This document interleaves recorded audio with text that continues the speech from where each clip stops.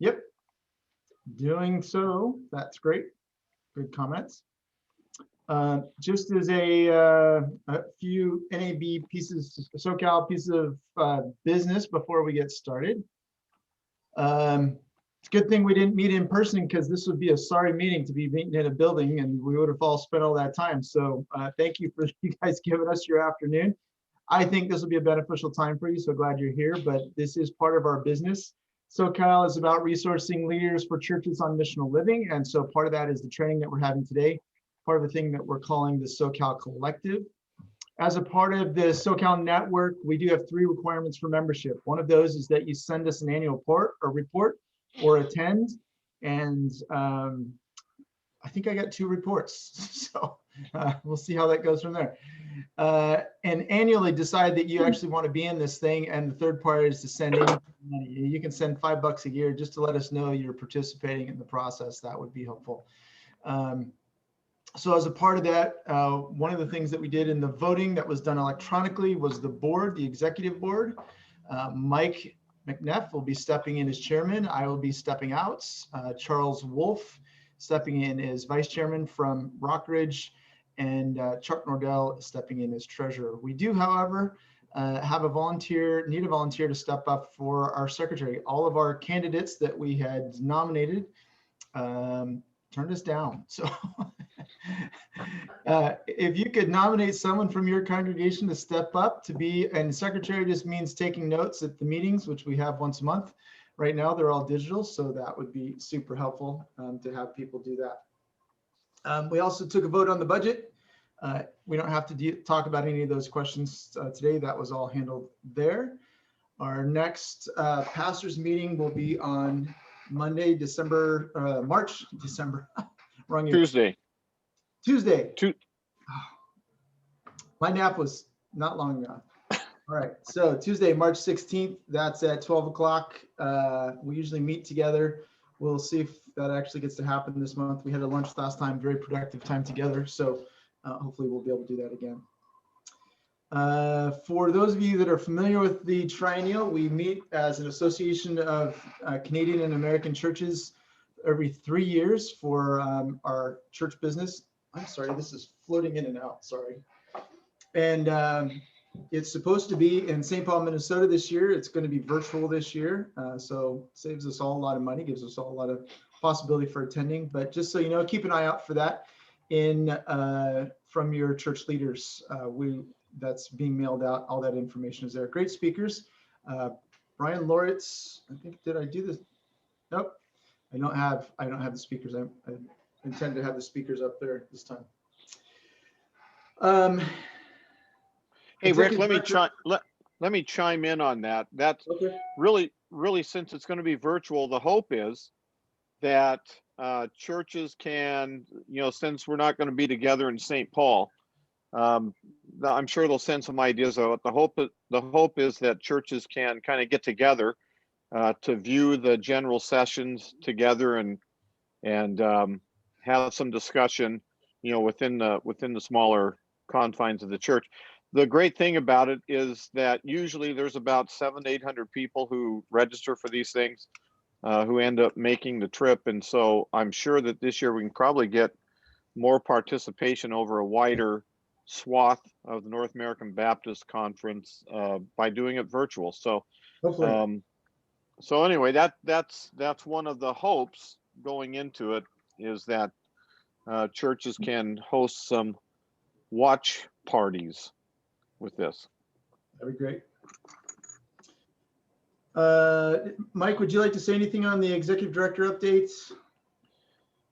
Yes, there is a candidate has been selected by the search committee. So that person, who we can't tell you who it is yet because nothing's finalized, but there is a name that's been brought to the board. The board will, after the regional ministers and the executive team finish the inquisition, then the board will do their own inquisition with comfy chairs and fluffy pillows. But we'll be questioning the individual for those Monty Python people who get that, which is one of you. So we hope to be able to share the name within a matter of a couple of weeks. So the process has gone well. I think it's a great choice. So we'll hope everybody else does too. Yeah, I've read the documents on him.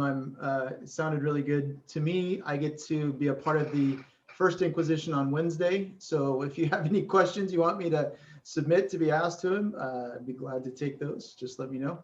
For those of you that don't know, we have an executive director that oversees our North American kind of operations. And our guy stepped down to be with the Baptist Center for Justice, World Baptist Justice. How does that go, Mike? Baptist. It's not Baptist World Alliance. I'm trying to remember. No, it's the Joint Baptist. Joint. Yeah, joint. Yeah. So something like that. Yeah. A bunch of Baptists. Yeah. It's a parachurch. Yeah. It's a lobbying organization on Joint behalf Baptist Committee. Yeah. Yeah. Joint Baptist Committee.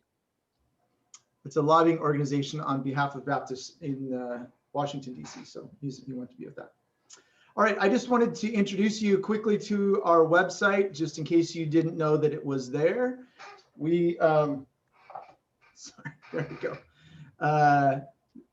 You can find out information about our churches. Your churches can also find out different resources that we have. Let me get through this real quick. I wanted to introduce you to some of, you can go and people can find out more about your particular congregation and churches in SoCal, as well as we have, one of the things I wanted to encourage you to do is if your congregation hasn't sent us your current logo and information for your website, we'd love to have that added. So if you could please send that to us, that would be helpful. One of the things that we wanted to get you was information on some of the different training and resources we have available. Ethos, of course, is the missional training thing that we have had, I think, 8 congregations in this last 2 years that just finished. Standing Stone is a pastoral counseling ministry for your leadership, and SoCal has entered into a partnership with them. Blue Ocean is some of the training that's available missionally from our NAB international offices. And we have retreats and stuff like that for our pastoral teams. And then this final one is the SoCal Collective, which is kind of what we're doing today, is getting its training opportunities for and coaching, featuring Todd. So this is a great introduction for Todd. Todd Morr works with Missional Made Simple, and he's been working with some of our churches already. We got somebody coming in from Palm Harvest right now. There we go. And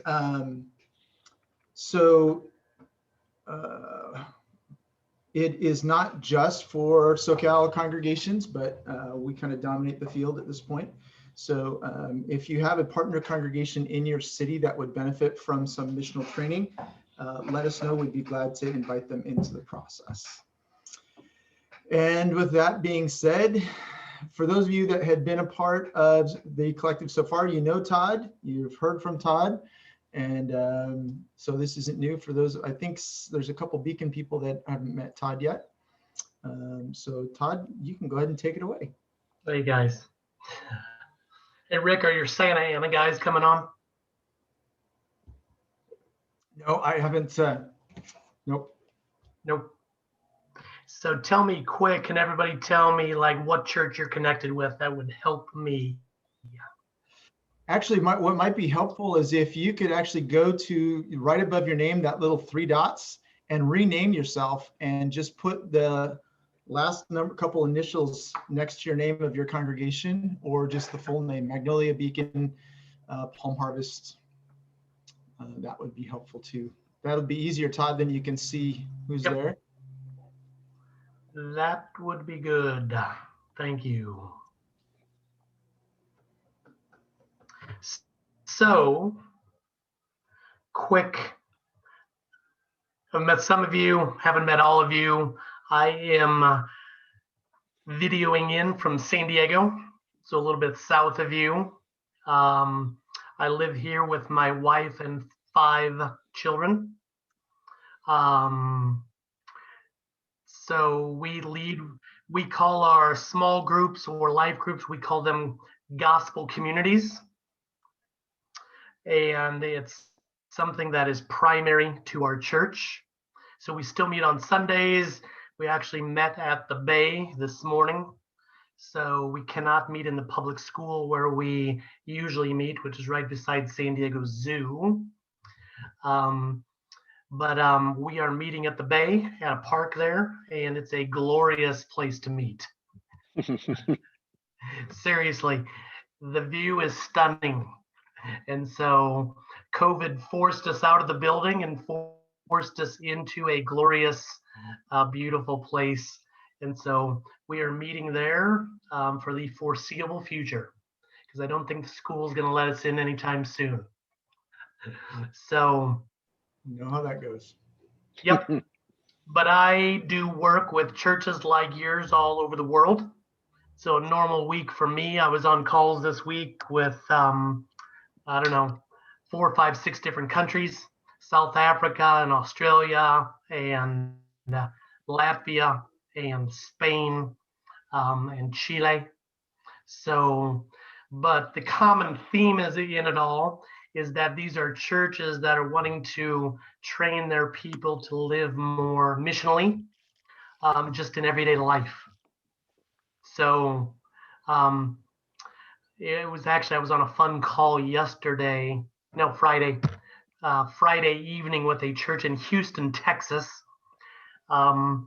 It is a African-American church, but very traditional. Very traditional. And so I'll describe it like this. This is their words. They said, everything we do happens at the building. This is their words. Everything we do happens at the building. So we have many programs that people participate in, and they're all at the building. So it was beautiful. A number of them, I mean, these are top leaders in this church, admitted that they said, just the last few weeks we've been talking to you, God's just been really convicting us because of that. It's like we're not supposed to be doing everything at the building. We're actually not supposed to be doing most of the things at the building. We are supposed to do a few things at the building. But we're supposed to live life together on mission in our city.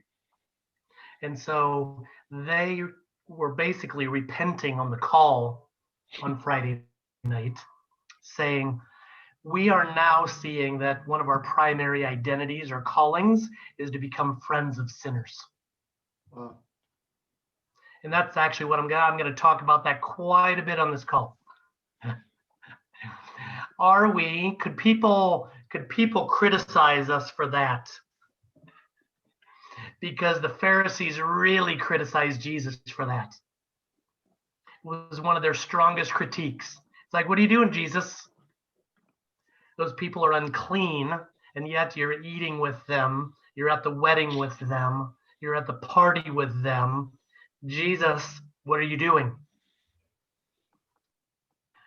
And so one of their strongest critiques for him and his disciples were that they were friends of sinners. So that is, if you were to say, what's most of the work you do with churches around the world, whether it's Russia or Houston, it would be that right there. Helping churches become more effective, more fruitful, more consistent in becoming friends of sinners. And as we will talk about in this call, knowing not only how to become friends, but how to actually proclaim Jesus in those friendships. But let me ask that question, is if you were to assess your church right now, how many churches do we have on here? 3, 4? 3? Somebody from each church, or basically grade your church for me, 1 to 10, on how well you would currently assess your church in that way. So people from outside, would they look at your church and say, man, I think those guys, they seem to really be friends of sinners in our city? How would you grade yourself? You want us to do that in the chat room or just out loud? Just real quick out loud. And tell me why. Just grading. Wow, so that's an 8.5 from John. That is a high grade. Church outside of the box. Okay, good. Tell me a little more, John. Why are you grading yourself with an 8.5? Well, I think the person, I would describe the personality of our church is one that the focus is on going out, and the focus isn't on sitting and waiting for people to come, or with the traditional perspective of the building focus. We meet in a school auditorium, which was enough stress for a lot of folk. They stop attending. So, and the focus is on community relationships, networking, and getting that synergistic power from joining with other folk. Awesome. So Molly, Carolyn, Ann, Georgette from the Beacon, do you affirm John's? Yeah, what he said. Good. Love it that you guys are on the same page. How about the pastor? Well, it's unfair for you to ask me that,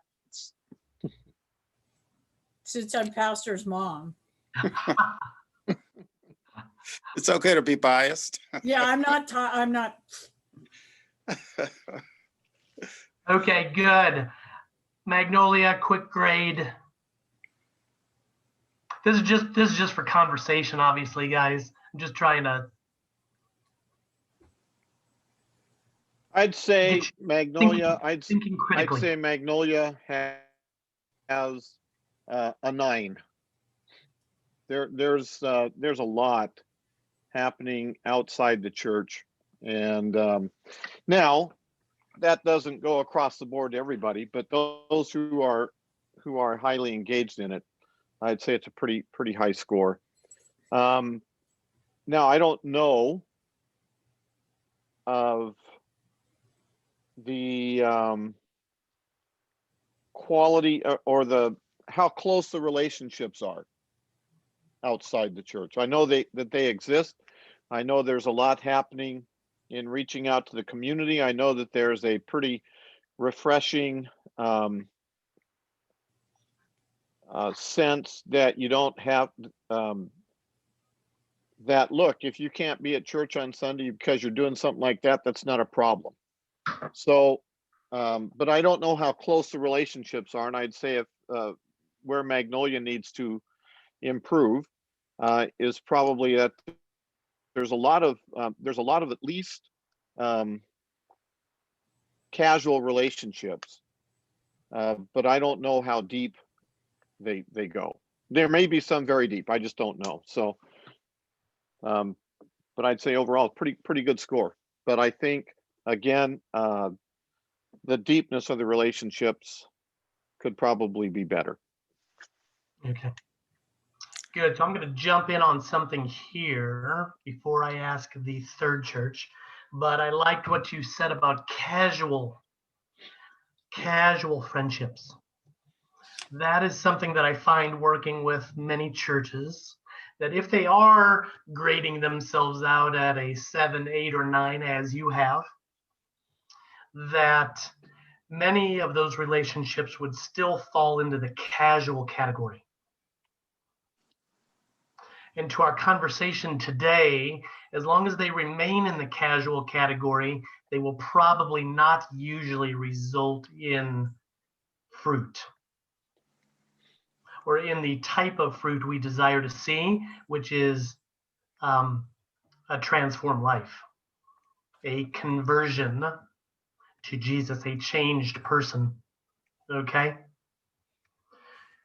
So this idea is that part of our conversation today needs to say a big first step is creating those casual friendships, because actually a lot of Christians don't have those.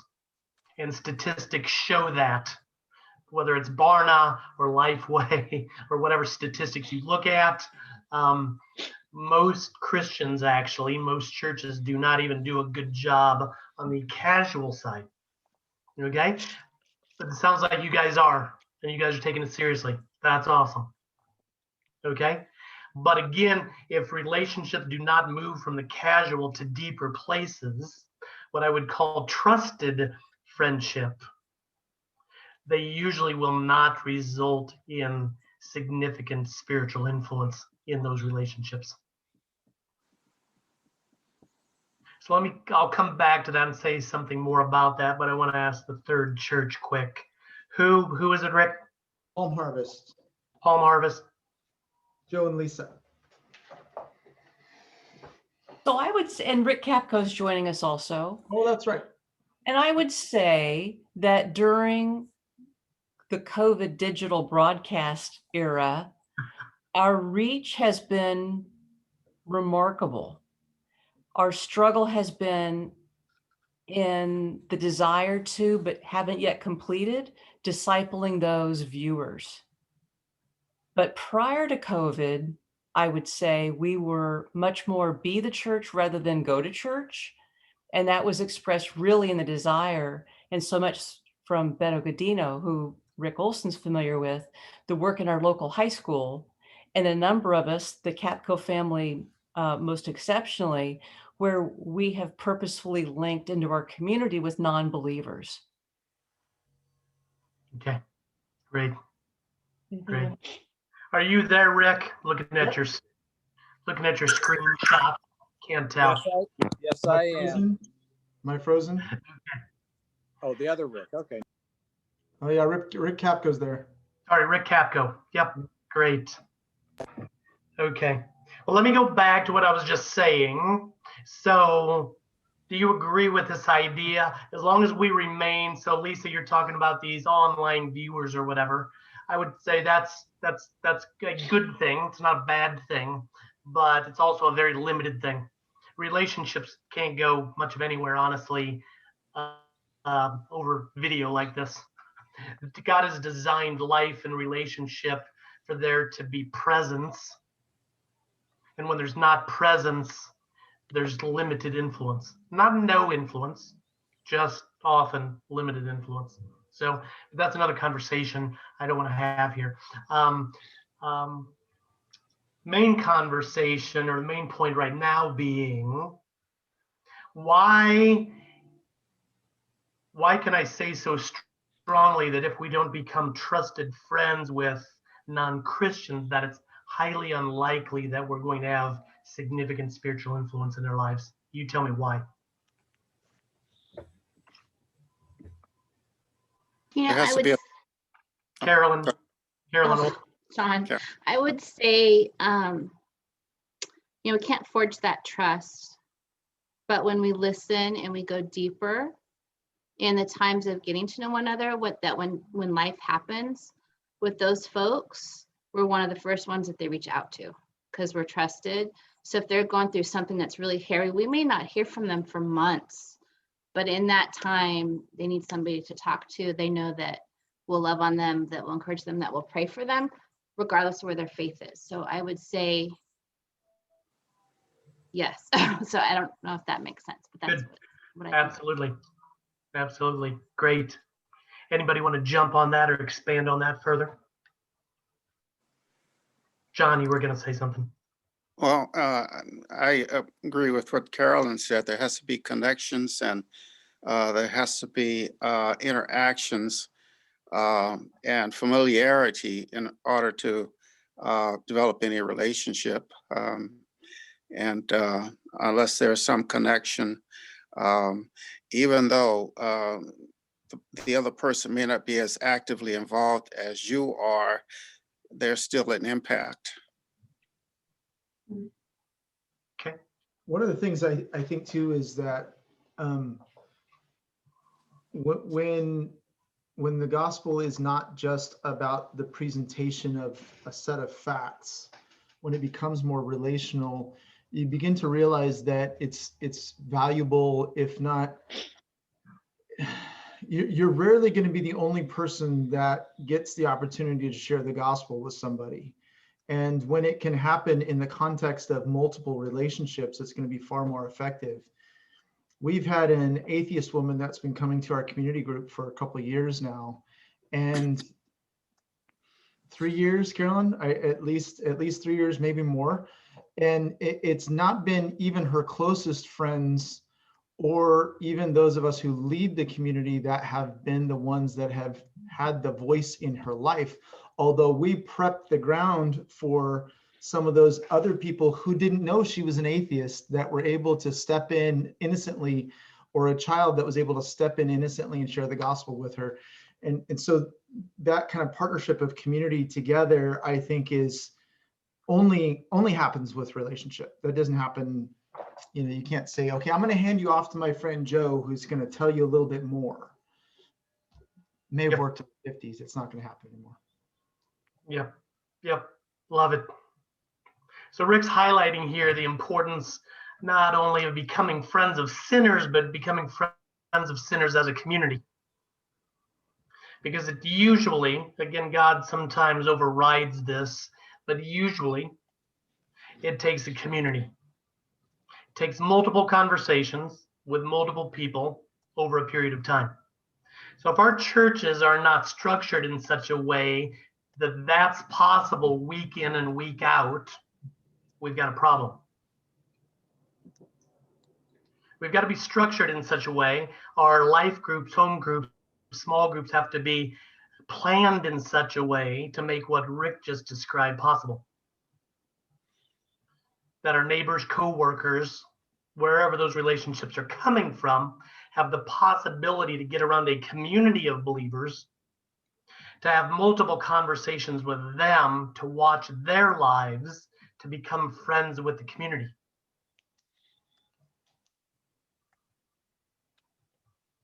Again, without it, statistics, there's actually statistics that show it. People usually don't come to Christ.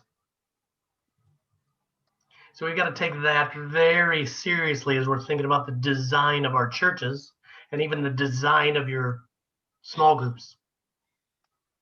Say, are we designed, structured, planned in such a way that my coworker could get around these people regularly in a lot of normal life and have a lot of normal conversations and become friends with them, and to see Jesus, to experience Jesus, to see Jesus demonstrated, but to also hear Jesus proclaimed.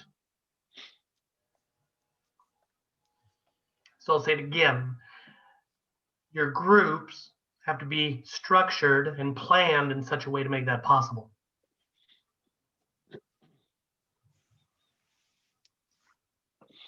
You don't do it. And so, yeah, let me go back to the original question I asked you with this trusted friend idea. And again, becoming actually trusted friends with a community of people. Who do people usually or primarily listen to about important life details and decisions? Like Who do you listen? Who do you listen to? What, Georgette? Like kind. I mean, people have a tendency to be, to find people or hang out with people that do the same things they do. Okay. The like kind. Okay. So even behind that, what's the principle? Why would they listen to somebody like that? Because they what?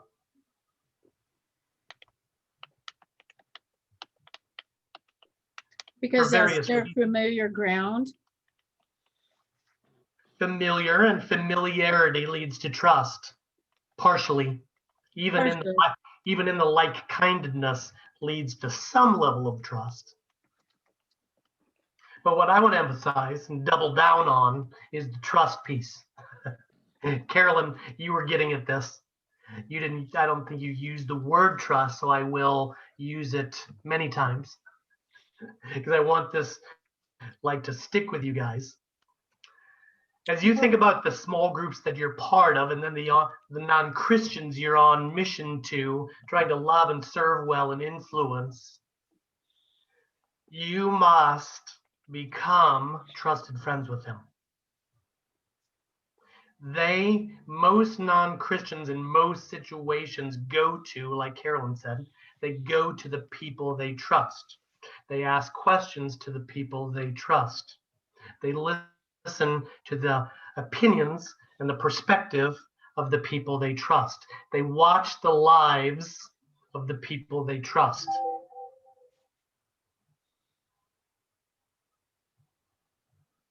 So as the church, if you were to say, man, what's our big job to do with the lost people around us, is to become not just friends of sinners, because again, Mike, you can get into the casual friends of sinners.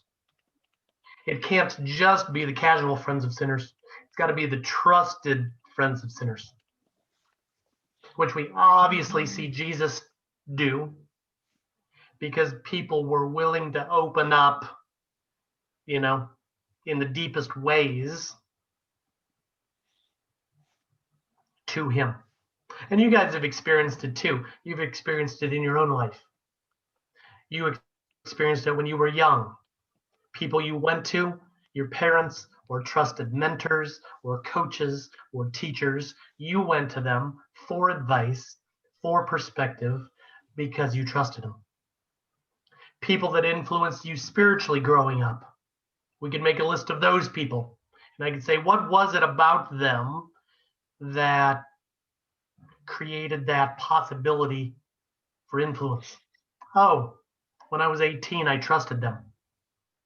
Trusted that youth pastor, trusted that, Christian family next door, trusted that family friend, trusted him. Trust. So again, in our groups and in the relationships we have with non-Christians, we need to constantly be asking that question: what's next? What do we need to do next to become trusted friends? Or maybe you already feel like you're a trusted friend. That's good. The next question would be, how can we even take that trust deeper? So maybe you feel like you're a trusted friend of your neighbor next door.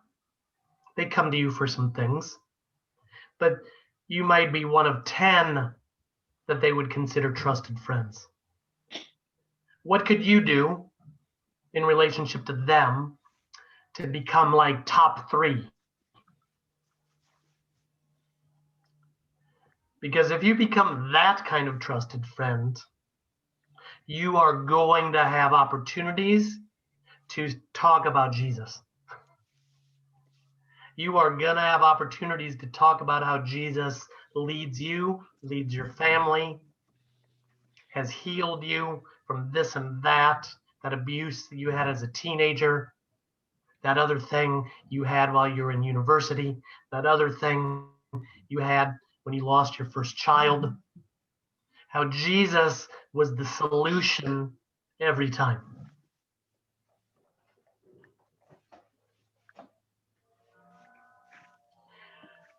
So, the big question you're having right now might be, okay, I get it. Trusted friends of sinners. I get it. How do we grow? How do we grow in that? And for you on this call, you guys are leaders probably, or you wouldn't be on this call. You need to be not only asking this question for yourself, but you need to be saying, how do we like make this the norm? How do we make this normative in the entire church? Because we need an army of people living like this.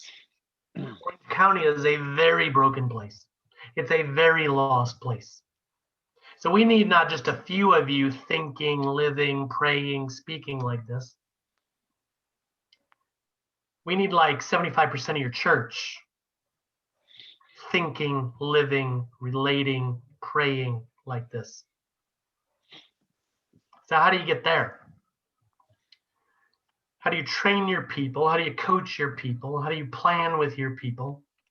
How do you train your people so that 75% of your churches, 75% of the people in your church approach relationships like this? So they go to work like this, whether they're teachers or mechanics or builders or nurses, but they go to work like this every single day. And they walk their dog in their neighborhood like this, thinking like this, praying like this, talking with neighbors like this. They go to their kids' soccer game on Saturday mornings like this, saying, whole bunch of parents here that we'd probably put in the sinner category. What can we do on a Saturday morning at soccer practice to become trusted friends with some of these parents to the point that we can bring our community, our small group around these families so that they can become trusted friends with our community?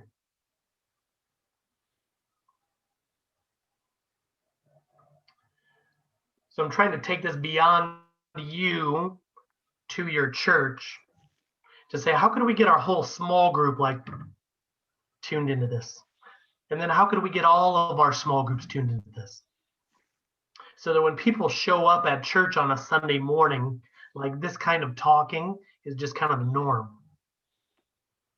People are telling stories, they're asking questions, they're wanting to pray for those soccer families that they met. They're wanting to pray for that coworker that they had lunch with and had this significant conversation with. Okay? So I've got some clear things I'm going to move into in terms of the how I believe we can do that. But what are you feeling, hearing? Any questions at this point?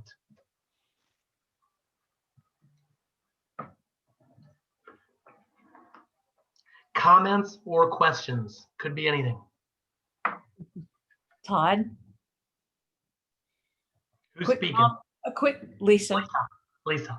A quick comment is, with what you just shared, that if on a Sunday we're going to speak like this, you're really saying take leadership and give people a visible outcome or a visible leadership as we step out, because it'll take time and it's going to change people's behavior.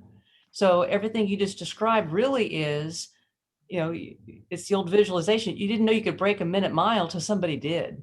Yeah. Awesome. Awesome. So Lisa, you just raised a couple beautiful points. One, it's got to be modeled. I think that's built into what you're saying there. Some people in your churches, especially the baby Christians, they don't even have what we're talking about here as a category yet. They're not approaching their neighborhood like this. They're not approaching work like this. They're not approaching their kids' activities like this yet. They need to see it. They need to see it from you guys. They need to see it from anybody who's leading in any form in your churches. Modeling. But in addition to the modeling, I think what you were saying also, Lisa, is that you have to tell the stories,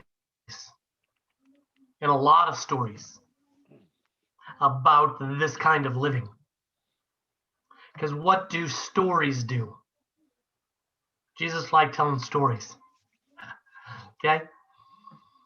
What do stories do? Stories inspire. Stories encourage. Stories also make certain scary things or unknown things, they make them normal. So every Sunday, I tell a lot of churches this. You should be telling a 1 or 2 minute story like every Sunday. Like, why not? Why wouldn't we? It takes 2 minutes. But tell a 2 minute story. Get Lisa up there, get Joe up there, get Ann up there, get Molly up there. 2 minutes Just tell them a story about how you took a relationship from work or the neighborhood and you took it a little bit deeper this week. How hard's that? Are all of you capable of doing that, and all your leaders? I hope so. We You do already, that, honestly. we already do that. Say that again, sorry. We already do that. Okay, great. Except it's about 20 minutes. With about the 4 Gs. Yeah. Okay. So telling lots of normal stories from normal people. So Lisa, it becomes normal. So again, a baby Christian or somebody just new showing up to your church, they hear those stories the first couple weeks, and it's like, wow, this is a different way of living. Wow, this is a different expectation here. These people actually like see all of life as mission. They actually see their neighborhood as mission. They see their workplace as mission. They see their kids' activities as mission.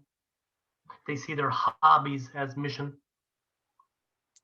So it doesn't take long even for a baby Christian or a new person showing up to like catch on that this church is going about things differently. The expectation goes way beyond Sunday. But how does that come? But how does that come? That comes from the stories. That comes from talking about it a lot, reinforcing it a lot. And then when you get out in your small groups and in your gospel communities, that you are modeling it. Because again, the best way for people to learn to live this way is not by doing a lot of formal training about it. It's by modeling it. Jesus spent most of his time modeling. Jesus actually did very little formal training, right, about the how-tos. There's only a few things he did that you could put like in the how-to category. Jesus teaches to pray. Okay, here's how to. How did they learn everything else? By doing. Watching, doing. Watching, doing. So, what is the context for that in our churches? Our groups. It's living life together in such a consistent way, in such a deep way, that modeling can happen and that experience can happen, and because that's where the normal everyday life stuff happens. So again, I told you about this Houston church 2 nights ago. This was like blowing their minds. It's like, wow, we're going to have to start spending most of our time away from church. We're going to have to get out of the church building. We're going to have to start living a lot of life in our groups. Seriously, that's the kind of stuff they were saying. It was beautiful, though. And I think they're going to do it. They were fired up. They were fired up when we finished the call. I think one of the blessings of not having church, of us not being able to meet as a church on Sundays, is that those of us that have depended on the Sunday church for their churching, have maybe been not forced, but I hear the stories from our church family about how they're doing things where they're meeting their communities, because that's their social time now, so whether it's intentional about sharing the gospel, or whether it's just getting out to get some fresh air and they run into their neighbor and they start talking to them. So in a way, this has been a blessing that we're not meeting on the church Sunday, because I think a lot of people say, oh, I went to church on Sunday, and that's their church. That's it. Where, you know, our church is, from the very beginning, that's not what we're taught. So, yeah. It's So great. in a way, so in a way, I think, you know, the COVID has moved us in areas where we would not have normally gone. Yep. Rick, did you have a comment earlier? Rick Olson? Maybe. I thought I heard you starting to talk at some point. Maybe not. Don't force it if you didn't. I probably did. I have lots of comments about lots of things, but Okay, I'll come back to you if there's a profound one of those. Okay. Okay, so what I want to do is shift gears a little bit. I want you, so Rick sent you those two tools. I don't know if we'll get to the second one. That's okay. That was like a bonus thing if we had time. We actually will talk about that on the next call if we don't talk about. That's the one called Missional Community Specifics. The one I want to focus on for now is having intentional gospel conversations, because I think most Christians, honestly, don't do this well. And how do I know? Because most Christians don't even do it well with each other. So if most Christians don't do this well with each other, which I've got a lot of experience around the world with a lot of Christians and a lot of churches, and that's been my experience. Christians don't do it well amongst themselves. And actually that Houston church, they said that so clearly to me. They said it exactly like that. They said, what you're talking about, Todd, we don't even do it well amongst ourselves. We don't even go very deep in each other's lives internally with those in the church.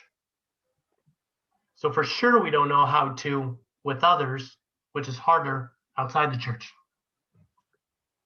So if you were to talk about, like, this is one of the top 2 or 3, if you want to call it a skill, there is some skill to it. I think there's a heart posture, a heart motivation connected with it also. But it's also a skill to know how to talk well and to go deep with non-Christians. And I think most Christians, honestly, from my experience, maybe I'm just working with the wrong churches, but we don't do it well. And churches they don't work on it together. Like, they don't talk about it. They don't train about it. They don't provide any coaching for it. But it's one of the very, very, very, very, very, very, very most important things. If we don't learn this skill, we cannot have influence in most cases. So again, think beyond yourselves for this next part of the conversation. Think beyond yourselves right now to say, how are we going to get 75% of our church to be good at this? What's going to take in 2021, Rick, Mike, what's it going to take in 2021 to get 75% of our church confident, clear, and effective at this? Because if you look at if you look at the church globally and look at the church in the US especially, the church is not growing much. Actually, it is outside of the US in a lot of places. Thankfully, I get to do that too. So thankfully it is. In the US, it is not much. Little pockets. But it's not surprising based on what I'm talking about here. Because the church in most places is not strong in the trusted friends of sinners place. But then secondly, to this point, we've only got a small percentage of people in our churches usually that are good at talking in this way. Those that are maybe very extroverted or very, very mature, very experienced, very extroverted, they might fit in that 10% category in your church that do this pretty well. But I find that a large percentage do not. And it's not just an introversion extroversion thing, and we have to actually stop giving introverts an excuse for not doing this well. It's like, yeah, I'm kind of quiet and I don't like doing that. Well, sorry, Jesus has called you to do that. But actually, if you can change the heart posture for introverts, they actually do this better. Introverts usually do this better than extroverts, because extroverts stay at the superficial, the top 25%, and struggle to go beyond that. Introverts naturally usually go deeper if they have the confidence to do it. So as you think about getting 75% of your church, again, clear, convicted, confident to do this, you're going to have to give the introverts that vision and that confidence more than the skill. With the extroverts, they've got the confidence, they don't have the skill. See what I'm saying here? So it's not working with everybody the same way. Introverts, you're going to have to give the confidence, the vision, the conviction to use what God's already given them in abundance and ability to go deep. It's just how they're wired. But on the flip side, you're going to have to give the extroverts who have the, that are less inhibited. I'll say it like that. They're less inhibited. You're going to have to give them the skill to go deep. So I want you to look at this tool, and specifically, I want you to look at the last page to the visual diagram. So actually, can you put it up there, Rick? Yep, hold on just a second here. While I'm doing that, Anne has actually raised her hand. Thanks, Rick. Just a quick question. So for me, I am part of the millennial generation, and I've noticed in a lot of churches that I've been to before, I think some of my peers and I, baby Christians to even seasoned Christians, I think that sometimes we tend to get fearful of being rejected when we do share maybe part of our lives or even sharing the gospel.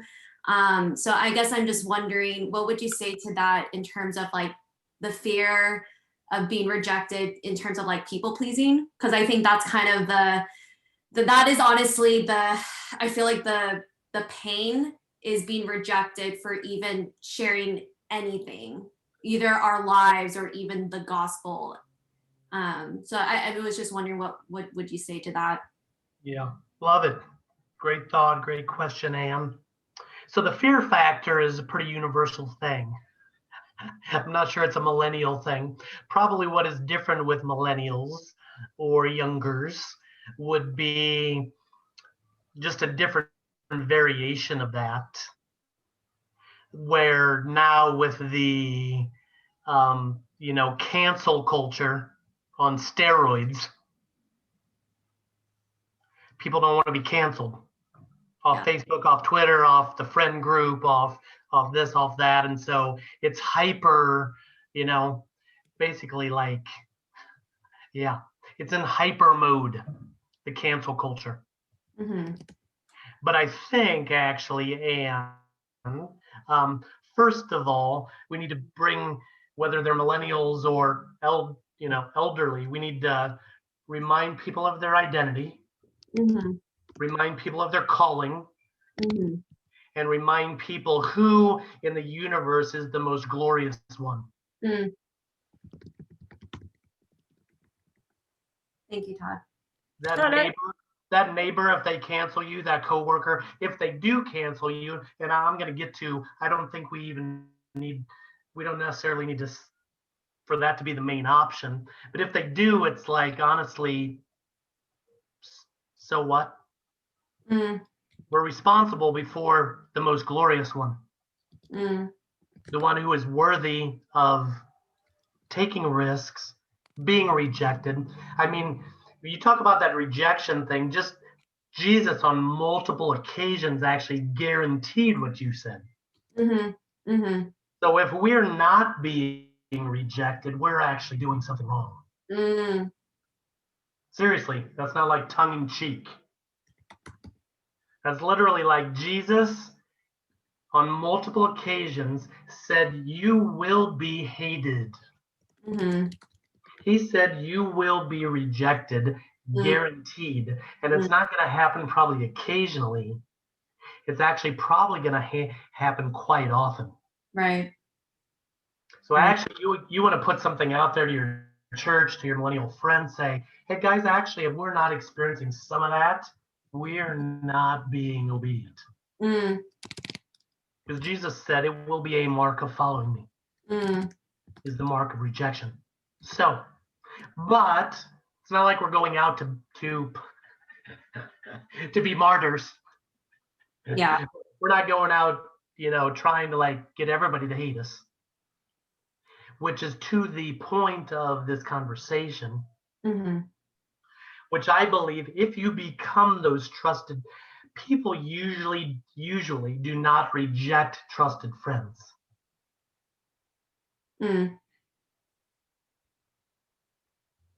People usually reject those that are less important to them because they can. They've got other friends. Who wants to reject a trusted friend that, again, what's the definition of trusted friend is that you like them, you appreciate them and their perspective and their lifestyle, you appreciate you like being around them. Most people are not going to reject or cancel that kind of friend, no matter what they say. Honestly. Right. I lived in Eastern Europe for a number of years. My wife and I had many atheist friends. Hardcore. Did they like what we were saying? No. When something spiritual or God would come up, did they like it? No. Did they remain friends with us? Yes. Why?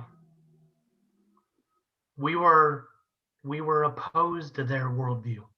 They were opposed to our worldview. How did we remain friends? Because we were trusted friends. They weren't going to reject us or cancel us or say goodbye to a friendship that brought value to them. That might be a good way to think about this. I keep talking about trusted. When your relationship with a non-Christian brings value to them, they're not going to cancel you in most cases. Because just because of a differing opinion, that is not worth losing the value. Does that make sense? Yeah, it makes sense. No, thank you so much for touching on that. It makes so much sense to me. Thank you. So everybody, the fear factor, like nobody likes to lose or be rejected by a neighbor, a coworker, a relative, but expect it if we are proclaiming Jesus, first of all. Expect some rejection. Expect some to cancel you. If it's not happening, you're probably not proclaiming Jesus. But second, I believe if we become those valued friends, I don't believe that's going to happen in most cases. So this diagram here, I believe, describes, and this was created out of about 20 years of experience of working with a lot of hardcore atheists, agnostics, or I would say, how could I describe them? Militant Catholics or militant Orthodox. Does that make sense? Yep. So after about 20 years of being in countless relationships like that, I said, what are the consistent big ideas here? God, what have you taught me, my wife, our church, through these years. And it's really, that's where this picture came from. So let me describe it quick, and then you can ask questions and get into some specifics. But I already mentioned, see the flow of relationship at the middle? Somebody new moves into your neighborhood, and you got the new millennial friend at work. They move into the cubicle next to you, and they're just a contact. Okay, the new person. Okay, you strike up conversation with them. You invite them to lunch. You get coffee with them. They move into the acquaintance category. You know a little bit about them. But then there's a big jump and a big step to move from acquaintance to friend, and especially to trusted friends. But that's just showing you kind of the flow of relationship. How that flow moves, you see this circle, those arrows means that this is a continuing cycle. It's spinning all the time. It's not like you do this and then this and then this and then it's done. It's you do a little of this, which leads to this, and then it jumps over here, and then it jumps back here, and then it keeps circling and goes around and around and around over months and years.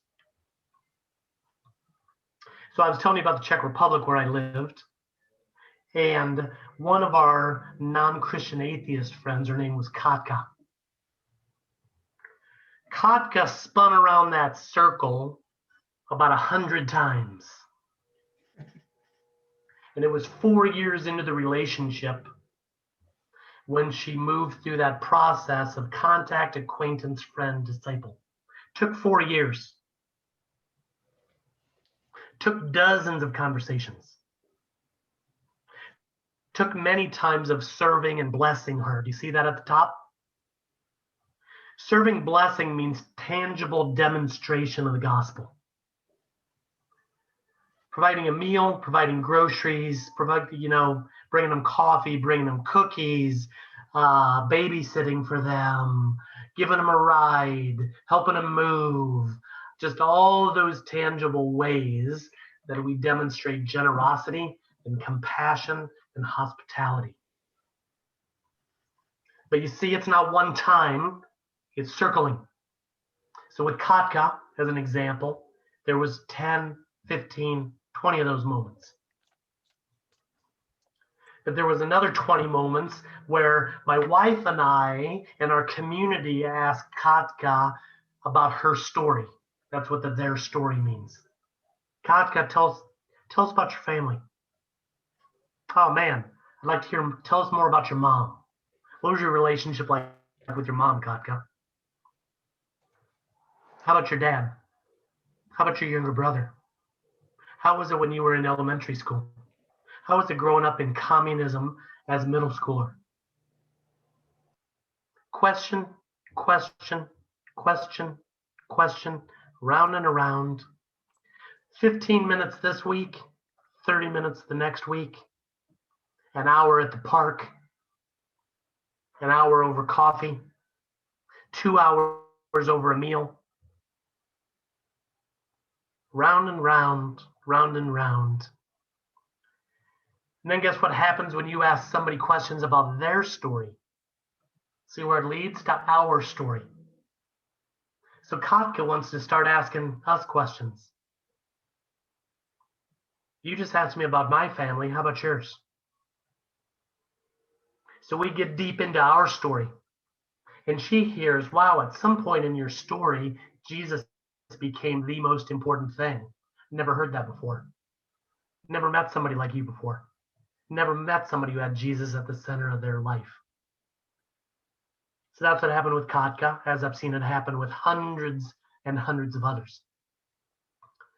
But it was getting parts of their story deeper, deeper, deeper, which moved into our story deeper, deeper, deeper, which then would bridge to God's story deeper, deeper, deeper, which then would lead to Jesus as the hero or the center of God's story. But you guys know from your own experience, That's circling reality, right? Think about when you were younger. People did that with you, didn't they? How did you become a Christ follower? How did you grow up in Jesus? People did that with you. Dozens and dozens and dozens of conversations. A little bit here, a little bit there, sometimes longer. So again, how do we get 75% of the people in our churches going to work like this? Pre-COVID, post-COVID, people will be back in the office in some form. What do they do when they're at the office? Or at the school? Or at the job site? Coffee break, what do they do? Are they thinking like this? Lunchtime, you got 30, 45 minutes, maybe an hour lunch break, long lunch. What do they do? Something like this? How about after work in the parking lot? Or they go out for coffee or something to drink afterwards. So we've got to give our people a vision to communicate like this. This is how you become trusted friends of sinners. And this is how you become a valued friend with millennials. So actually, I want to, sorry, Ann, you there? Yes, I'm here. I'm here. Sorry. So imagine, actually, this is I want to ask you as a millennial, as you think about your millennial relationships, speak into this reality. Mm. Can you imagine, think of a non-Christian millennial friend right now. Give me a name. Co-worker, neighbor at your apartment. Give me. Sorry, I have so many friends. I'm trying to think. Melanie. One name. Melanie. Melanie. Okay. Put Melanie into this. Can you imagine, and you're probably already doing some of this, but can you imagine relating with Melanie like this on a regular basis? And then having your community relate with Melanie like this on a regular basis.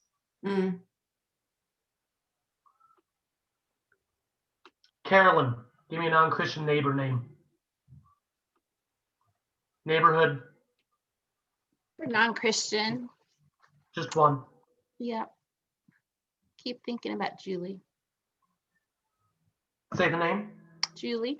Julie, okay. We're going to put Julie in here. Great. Can you imagine relating, communicating with Julie like this? Regular risk.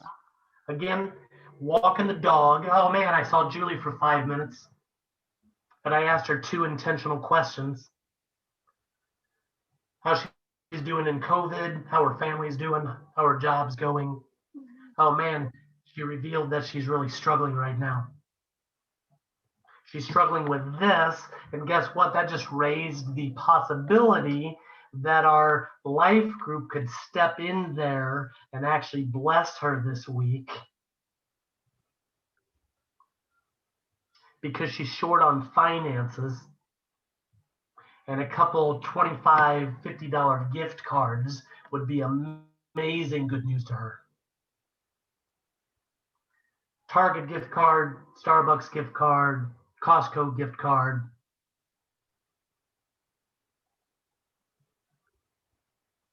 See what's going on here, guys?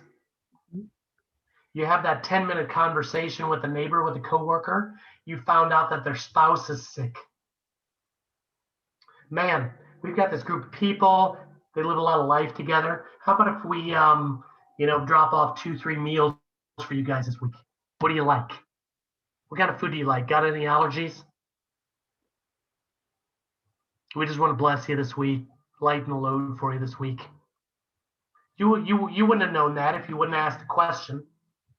You wouldn't have known that if you wouldn't have been intentional at work over lunch.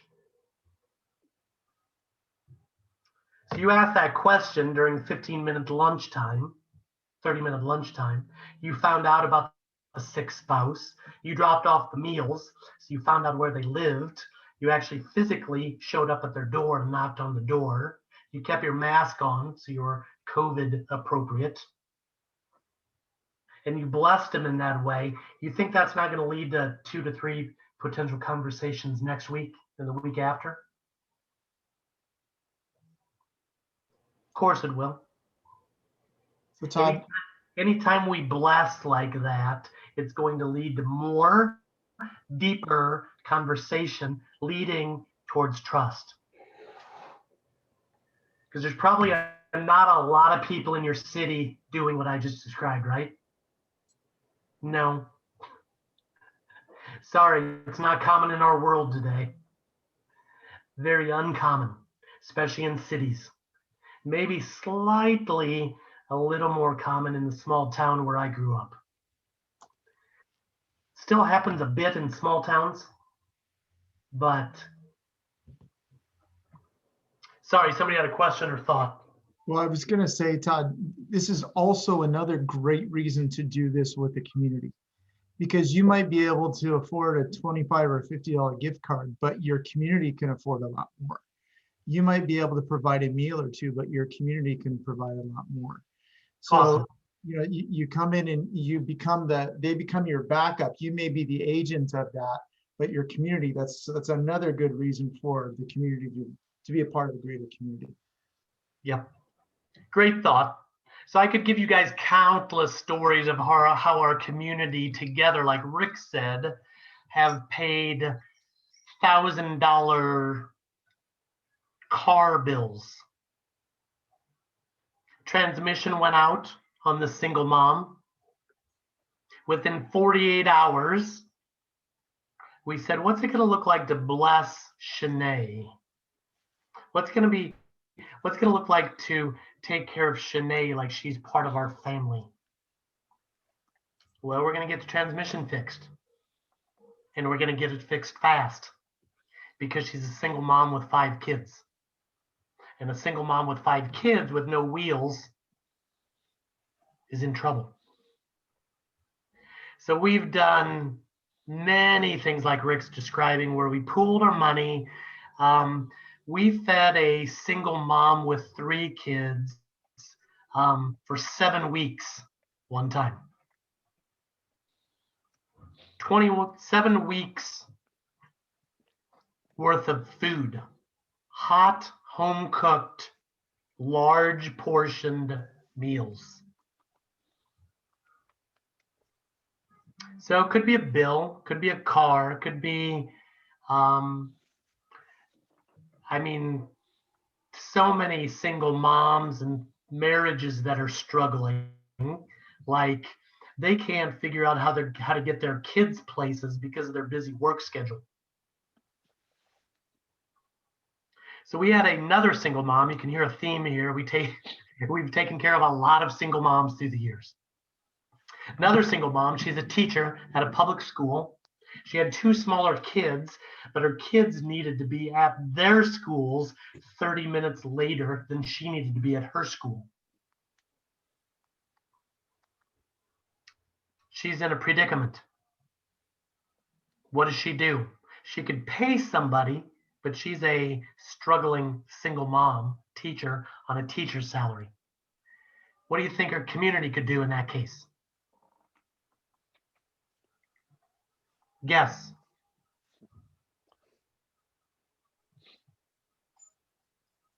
You know, by the way, Todd, this is stuff we do all the time with people in the church, right? So part of this is just getting the vision to realize the stuff we're already doing, internally. We just externalize the reason we do it internally is because these are the close trusted relationships we have. So it's really not changing our approach to people. That's why this is good. So brilliant. We're not selling anything. Good word.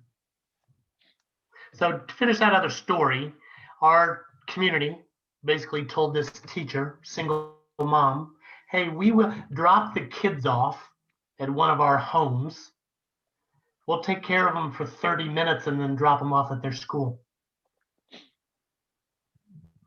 Because we had somebody that could. Guess what she does? She goes to school. She's in the teacher's lounge. Her non-Christian teacher colleagues are saying, man, what are you doing with your kids these days? She's like, man, you won't believe this. There's this group of people that are taking my kids for 30 minutes every morning and then dropping them off at their school. Her teacher colleagues, non-Christians, are like, what? They're like, who does that? It's like, how much are you paying them 5 days a week to take care of the kids for 30 minutes and then drop them off at their school? She's like, oh, they're for free. Blows her teacher colleagues away. So her teacher colleagues ask her, like, what? This sounds crazy. Like, who are these people? So this babe, she actually had just become a Christian recently through this type of thing. And so she beautifully, in a baby Christian kind of form, presents the gospel to them. She's just like, man, these people, they follow Jesus, and this is how they understand following Jesus. So this baby Christian proclaims the gospel to all her teacher friends in the teacher's lounge. Just because of this simple little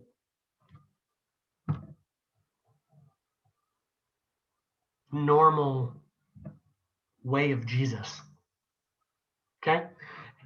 So anyway, I could tell you so many stories like that, but are we getting this? Like Mike said, again, we do some of this pretty well internally with other Christians, but we usually don't do it very well outside.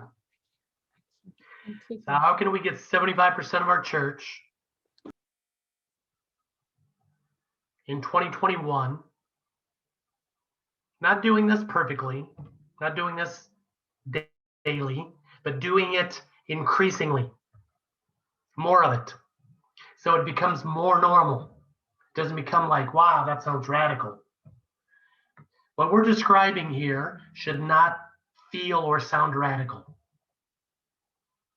Like Mike said, we do a pretty good job of it internally with other Christians.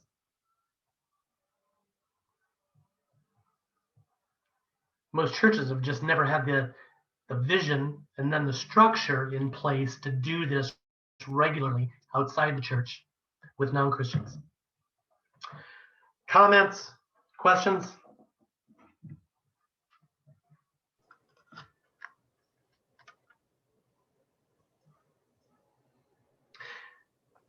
Whether it's go ahead. Just what you asked earlier about a question, what can we do? And the thing that keeps hitting me, just as we're teaching our children that they would know whose they are, that they're confident in Christ and how much God loves them, is that I'm being reminded, personally, as I guard my quiet time, I'm able to pour out during the day. And that, to be able to ask questions, because I've been heard. I know who I am, but there's a thirsty world that needs to be heard and listened to. And just when you're asking about like, how do we teach one another? I think it's to talk less and listen more and ask the questions. But to be in a place that we're so grounded in who we are, it's like we know where we're going. Right. And so to hear from the Lord and be so grounded that we can listen to others, I think we end up doing this a lot. Very good. Yep. Good word. Georgette, you have your hand up. I did, because Todd keeps touching on how we can grow our church. I think, Rick, what you did this morning with our church family is a brilliant way of doing that. So what Rick did today is and you encourage the family to share, which I think opened up some people that would not have normally shared.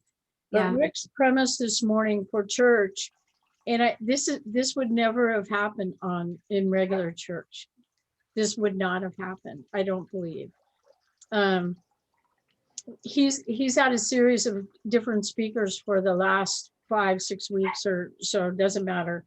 But he asked, the premise was, what did these speakers, how did they speak to us?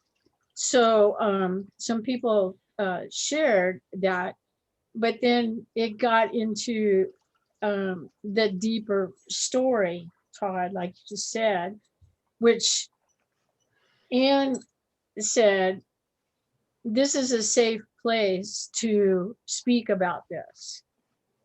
And I think there was a couple of people that spoke that I don't think would have said anything, which was really brilliant way to get our family to be deeper with each other. And I think it goes back to, like you said, how do we get the 75%? Well, if you're comfortable talking to this, if you've created an environment like this where people can talk and they feel safe, then they're gonna feel better about expanding that a little bit. And then when that gets to feel safe, then it's gonna expand a little bit more. So Awesome. the people, so those, some of us that have deep scars find it very hard to share in such a wide environment that we had this morning. And we do share in our small groups, in our community groups or DNA groups. So anyway, I was really, I've never seen that in church before, but I think this platform led to that. I don't know that would have happened if we'd been in regular church. Yeah, probably not. Yeah. That sounds great. Sorry, my dog. Thanks for sharing that. Yeah, Georgette, spot on.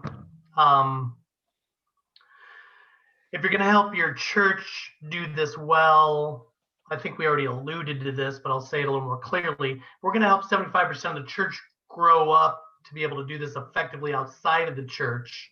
We've got to be doubling down on doing it inside the church. Yeah. Yep. And you do that. I told this church in Houston 2 nights ago, DNA groups or that type of relationship is where people learn to do that. Yeah. That's where they learn to go deep into each other's stories. That's where they learn to ask good questions that lead you to deep places.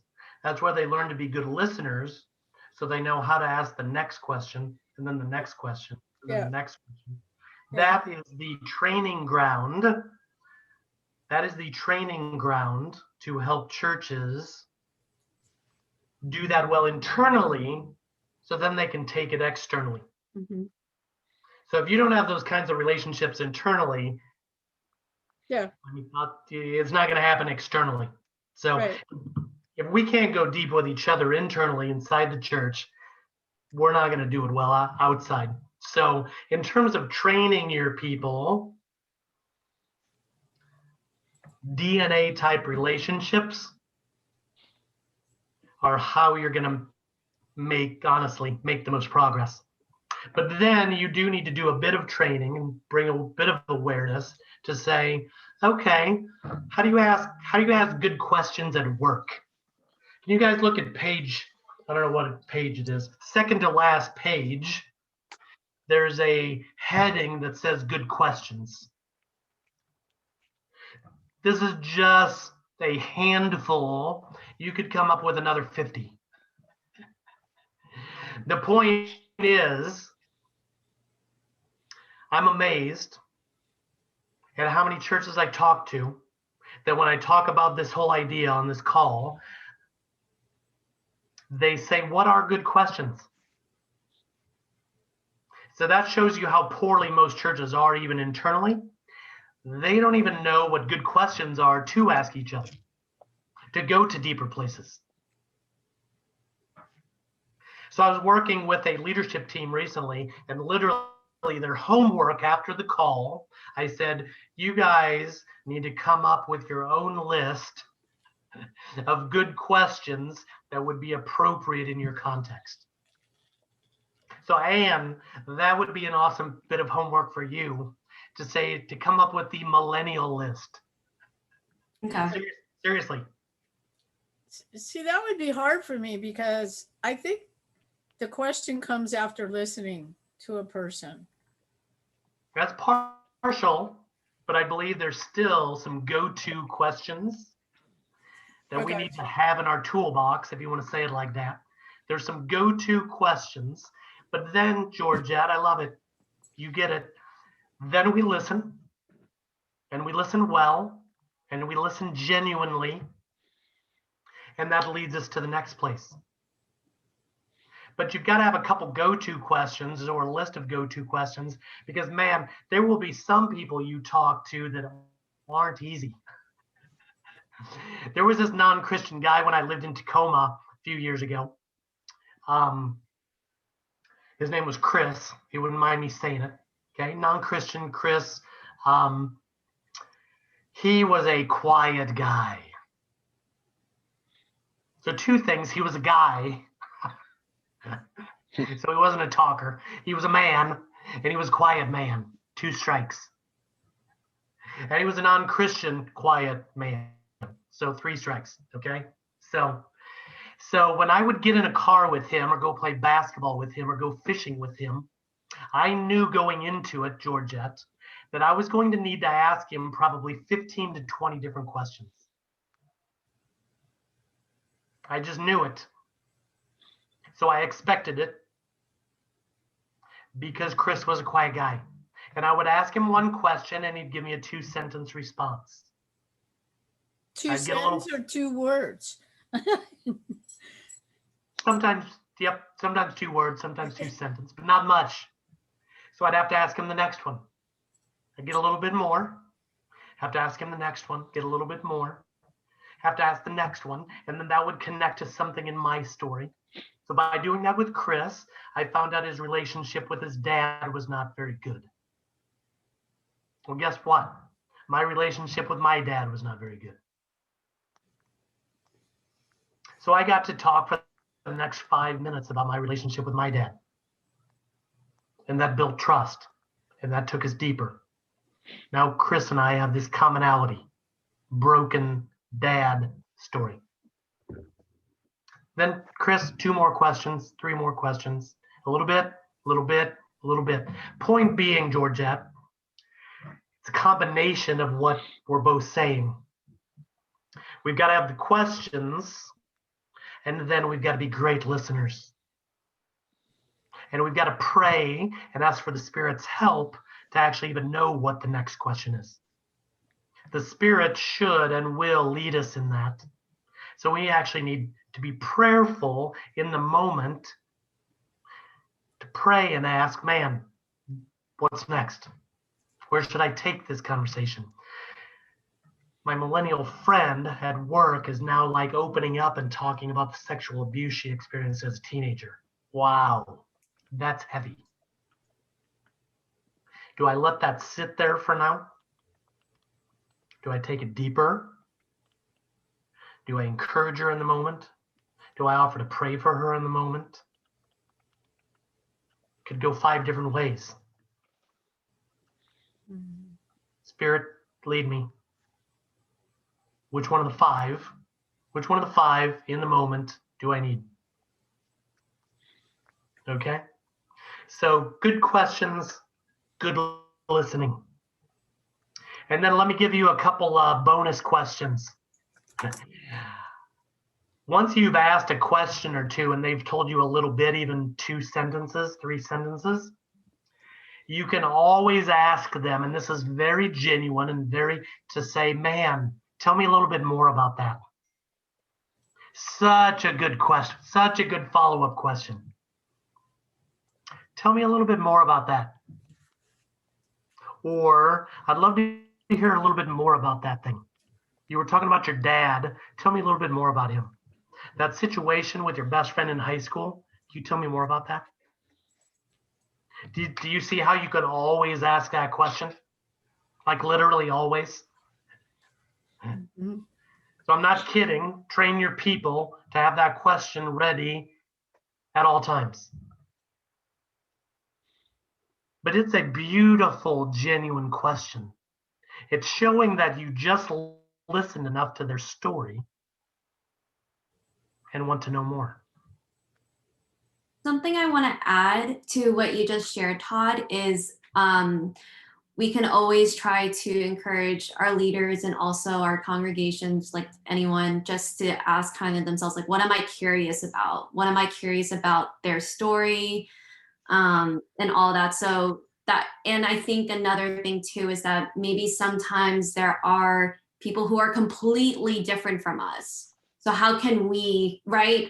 Like, how can we love on somebody who is completely different from us, from our morals, from our values, from our attitudes and all that? But yeah, how can we still be present and love them? And I'll be honest with you, I know there are times for myself, I get very intimidated by somebody who is completely different from me. But now I just try to think, okay, so from their upbringing, from all the factors that made them who they are today, how can I understand their perspectives better? So I don't know, that's something I just, Love yeah. it. Again, what word, I think this goes back to your point, Mike, in a way, like what I'm just describing is just honestly loving people well. Is it anything more than that? That neighbor, that coworker, that family from your kid's school. You're really just taking a genuine interest in them, their life, their story, their details, and just loving them well. And that's how you do it. That's how you do it at lunch break. That's how you do it after work. That's how you do it walking the dog. My girls, I got 2 girls. I've got 3 girls. 2 of them are playing club soccer right now. One of them's 10, one of them's 12. They've had practices this last 2 weeks, and I met 2 new dads at their practices. I could have chosen not to love these men well. I could have stood like most other parents do and just watched the girls. But I took a couple steps over and I just started doing the circle. Found out one of the dad's names is Matt. The other one's name is Aiden. And literally within 15 minutes, I had never seen these men before. Within 15 minutes, I knew a lot about them. 15 minutes, first time, at a soccer practice. It was kind of cold, okay? Very normal. We're just standing on the sidelines watching the girls. But the point is, those people, those opportunities are literally around us endlessly. And we never know when God is going to take one of those, or 2 of those, or 5 of those, and have them blossom into something more. We don't know. But we know that He's called us to be intentional in that way. Because that's what it means to love well. It was 15 minutes at a cold soccer practice on a Wednesday night. And I very easily could have not taken the 3 physical steps towards these guys. It would have been comfortable and cozy and safe just to stay in my spot watching my girls, and then the practice finishes and we go home. Let's train and encourage our people to do more. Because it's pleasing to God. And every time we do those little bits of loving well, He's pleased. And what else? What better? What more is there, than pleasing God, than worshiping God through those little bits of loving well as we live our daily lives?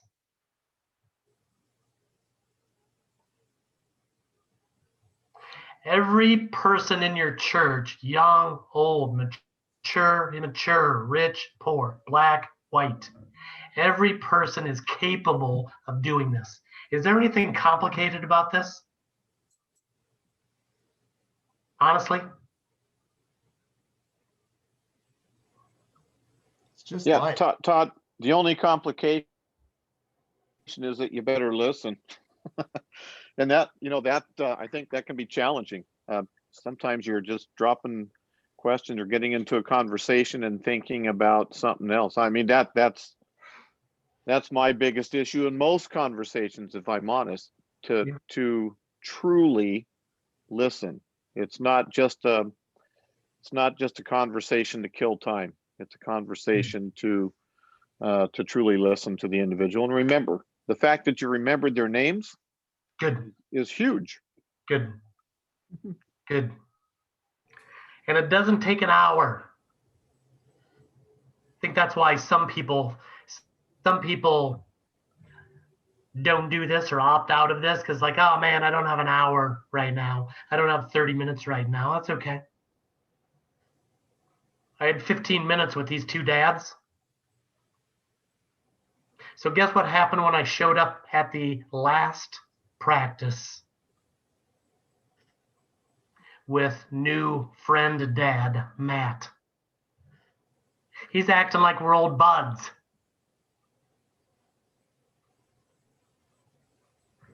Because I took the initiative to ask him some questions, tell some stories from my life, listen well, remember his name, like Mike just said. Matt feels like we're old buds now. Because you know what? It's not a joke. Who else is doing that in Matt's life? Think of the non-Christians in your life. Who else do you think is doing that in their life? Very few people. Very few people in their life care. Very few people in their life will give them the time. Very few people. So when we do that, it's like, wow, that's different. Matt's thinking, wow, that guy's different. That guy just took a genuine interest. He found out I grew up in Nebraska. He found out that my sister still lives there. And she was shoveling snow last week because it snowed 13 inches in Nebraska. I know that about Matt and his sister now. Who knows that about Matt? Who knows that about Matt? He's got coworkers that don't know that because they've never asked. I think you'll see the beauty of that the minute that, and how unique that is when Matt has a crisis. And because all of his good buddies, none of them know that stuff about him, he's going to flip through that Rolodex in his mind and he's going to say, none of my buddies either know that, and two, I don't even know if they're any better off than me in this. Who might have an answer to this? I talked to that guy on the soccer field. Yep.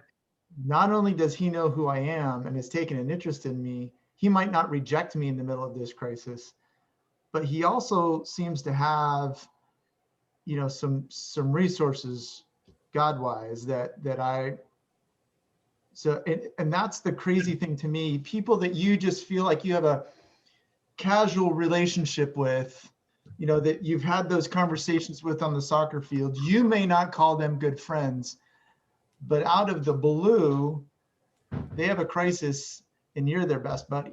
That's when it's like, wow, that was a significant conversation. Far deeper than I expected. Yep. Awesome. I need to share a story with you guys. I have a resident that she is just one of the meanest ladies I've ever known. And it takes everything I have whenever I have a conversation with her, I have to have a conversation with her to be nice, to be honest with you. And she had a crisis yesterday and she called me. And she just dumped for like 15 minutes. I'm like listening to this conversation going, where the heck did this come from? Because to be honest, I don't like this lady. She does everything she can when she's around me to undermine me as a person and my leadership, being the manager here. And so, and then she's done and she goes, thank you for listening. It was like, yeah, okay, no problem, and she hung up. It was like just so randomly out of the blue that she's a recluse, she's a hoarder, so everything that you're just saying, and it happened yesterday. Perfect. Just so you know, it wasn't random, by the way, and it wasn't out of the blue. Well, yeah. It's the fruit. That's the fruit of tilling the soil. Exactly. Lisa and Joe. I don't know if you feel comfortable doing this, George, yet, but a great follow-up in a situation like that, whether somebody has dumped a little or dumped a lot, is to say, I'm praying for those things for you today. You could text it to her. Yeah, I could do that. Text it to her. I could just go by. Yeah, I don't think she's too tech savvy, but I could just go by and ask her how she's doing. Put a note in her mailbox, note card or something. Thinking of you today, just want to let you know. As soon as you say, again, I'm gonna say, actually take the risk and basically tell her specifically you're praying. All she can do is say, get out. As soon as somebody, I mean, obviously, guys, you know how easy this is. As soon as you tell somebody you're praying for them, what's that tell them? You're a praying person, you're a spiritual person, you're probably a Christian because Christians pray, all of that, and you just shifted the relationship from unknown to very known. Yeah. And who's gonna like reject like prayer? Yeah. Nobody rejects prayer. Yeah. Well, Todd, I think that was part of the conversation from our last meeting together, that, at what points and how do you make these conversations, how do you seed them with the gospel? And how does Jesus pop up in those conversations? I think that came up last time. Maybe before you finish out, you could speak to that. Again, I think when you're getting into people's stories, like with Chris, non-Christian back in Tacoma, when he was describing his dad, and I asked him a few more questions about his dad, like he just naturally said, my dad went to church a little bit, he would take us occasionally. I didn't ask him anything about it. He offered it. Out of the blue. And then he told me his mom was a nominal Catholic. Out of the blue. So once somebody tells you like that, then you can talk all day for many days because they've given you a window into some spiritual component in their family's history. It came up with Matt, the dad at soccer practice. I've talked to him a couple times now, I told you. Something came up and I was able to easily say, oh, we do this connected with our church in this way. Boom. It's out there. Church. He said the church word. He must be a Christian or a Mormon. So I could still be a Mormon in his eyes. But he knows I'm either a Christian or a Mormon. Because I dropped the church thing into our conversation. But it was normal. It was normal. It was comfortable. And I can go back to it. And actually, because I've built a little bit of trust with him over these last two practices, I actually was just thinking about this like today. It was like the next time I see Matt, I'm actually going to ask him the church question. You guys part of any church here in this area? See, he already knows I am. So why not ask him? It's an easy, easy question. You connected? You part any? You guys do anything with any church in the area? So I'm asking him, next time we pick up our soccer practice conversations. So Matt, I have a follow-up with you. And being a soccer dad a long time ago, Todd, excuse me, I would challenge you to ask your new friend if he'd like some coffee. Maybe you could bring a thermos of coffee to the practice and gather some of the dads around and pour, 4 or 6 ounces of coffee and gain in conversation that way, and challenge him to bring cookies next week. And then later on, you can bring the booklet of the 10 laws of soccer, and we can teach the dads some of the laws of soccer. So it makes the referee's job a little easier on the sidelines, and you help the coach. You show a little leadership. Yep. And when people know that you care, they want to care what you know. And it's a great way to go deeper, a little quicker. And there's a great question. Ask him about his faith background. And that, church is one thing, but a faith background can be practiced outside the church. So that's a great way to reach out to these fathers in general that are somewhat bored, and they're, for some of the right reasons and maybe for some of the wrong reasons. And it's a great way to be more intentional of giving of your time at the practice. Yeah, love it. Yep, love it, Joe. I met another dad at a soccer practice 2 weeks ago, and he's a chiropractor, and we were talking about COVID and people coming into his office, and I know he's something like Buddhist-like, but he said we try to care for people, how do you say it, physically, mentally, and spiritually. Guess what I'm going to go after next conversation? I think his name's Joe also. Hey, Joe, man, that last conversation, you're telling me about your office. Man, I loved what you said. I'm totally in line with that idea of caring for people physically, mentally, and spiritually. Can you tell me more about that? Boom. He brought it up. We were just talking about COVID and chiropractic. Those opportunities are all around us all the time, guys. And around your people in your churches. It's just them having the ears to hear, the heart to step into it, the motivation to step into it, and then being good question askers and good listeners. That will take your people a long, long, long ways. So we're out of time.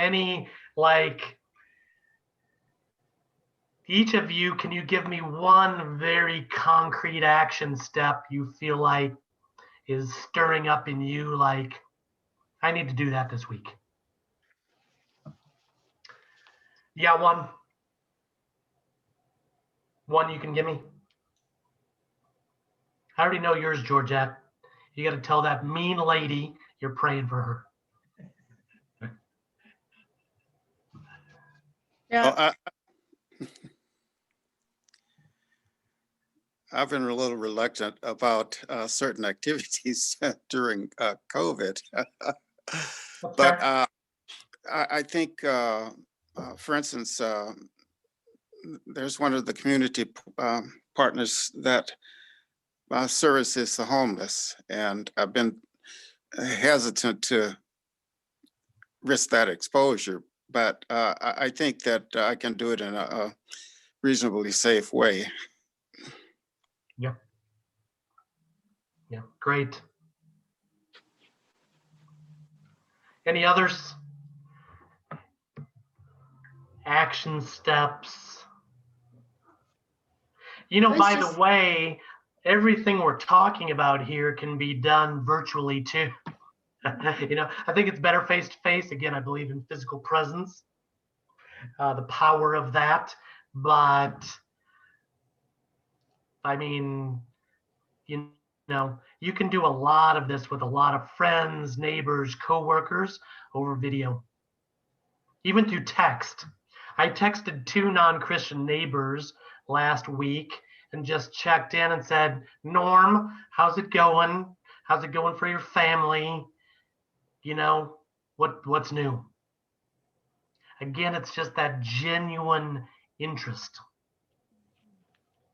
So whether it's by text or email or FaceTime or Zoom, don't let COVID be an excuse to not love well.